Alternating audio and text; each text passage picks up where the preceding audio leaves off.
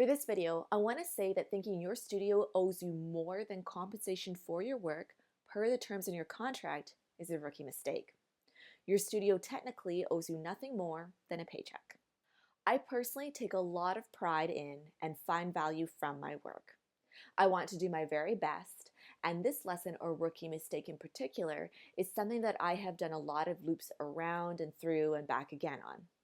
In our current times, we are thinking a lot more about our values and priorities when it comes to what we are or are not willing or able to do for work. And while this is understandable for a variety of reasons, something I need to remind myself of frequently is that in animation, we are working for a business, not for a charity. Our studios, as it stands currently, do not owe us benefits, Halloween parties, paid holiday breaks, life drawing classes, beer on Fridays, or even the right to ask questions in studio town halls. These things are certainly nice perks, don't get me wrong, but at this point in time, they are by no means mandatory for studios to offer. Your studio is not a political party or family. It is wise to remember that even though you may be a dedicated, loyal employee, you're not entitled to anything beyond the terms of your contract. It's harsh, and it should be remembered that as a business, your studio's bottom line is money. That's just what a business is. This kind of brings us back to the idea of work-life balance. It is understandable to want to get a lot of fulfillment from your work on an emotional and personal level.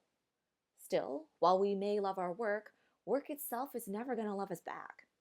If work is something I love doing, that's a bonus. Ultimately, my job is what I do. It's not who I am. Investing too much of your personal hopes in a business that technically doesn't owe you more than a check every couple of weeks is a sure way to lose your balance. Andrew Hill and John Wooden say in Be Quick But Don't Hurry, quote, "Balance in your personal life also lets you keep moving forward when things aren't necessarily going your way. Haven't you noticed that you can negotiate a better deal when you know that losing that deal isn't the end of the world? Or that you do better in job interviews when you ask as many questions as you're answering? When people perceive that you're on the brink of a total meltdown, they can simply wait you out and watch you fall. But the strength and calm you project when you're truly balanced makes you far more powerful than when you come across as about to become unglued. When you're out of balance and overcommitted to a particular path, bad things can happen." All this being said, remember, if you're watching this from Canada, you do of course have workers' rights and may even have the support of a union.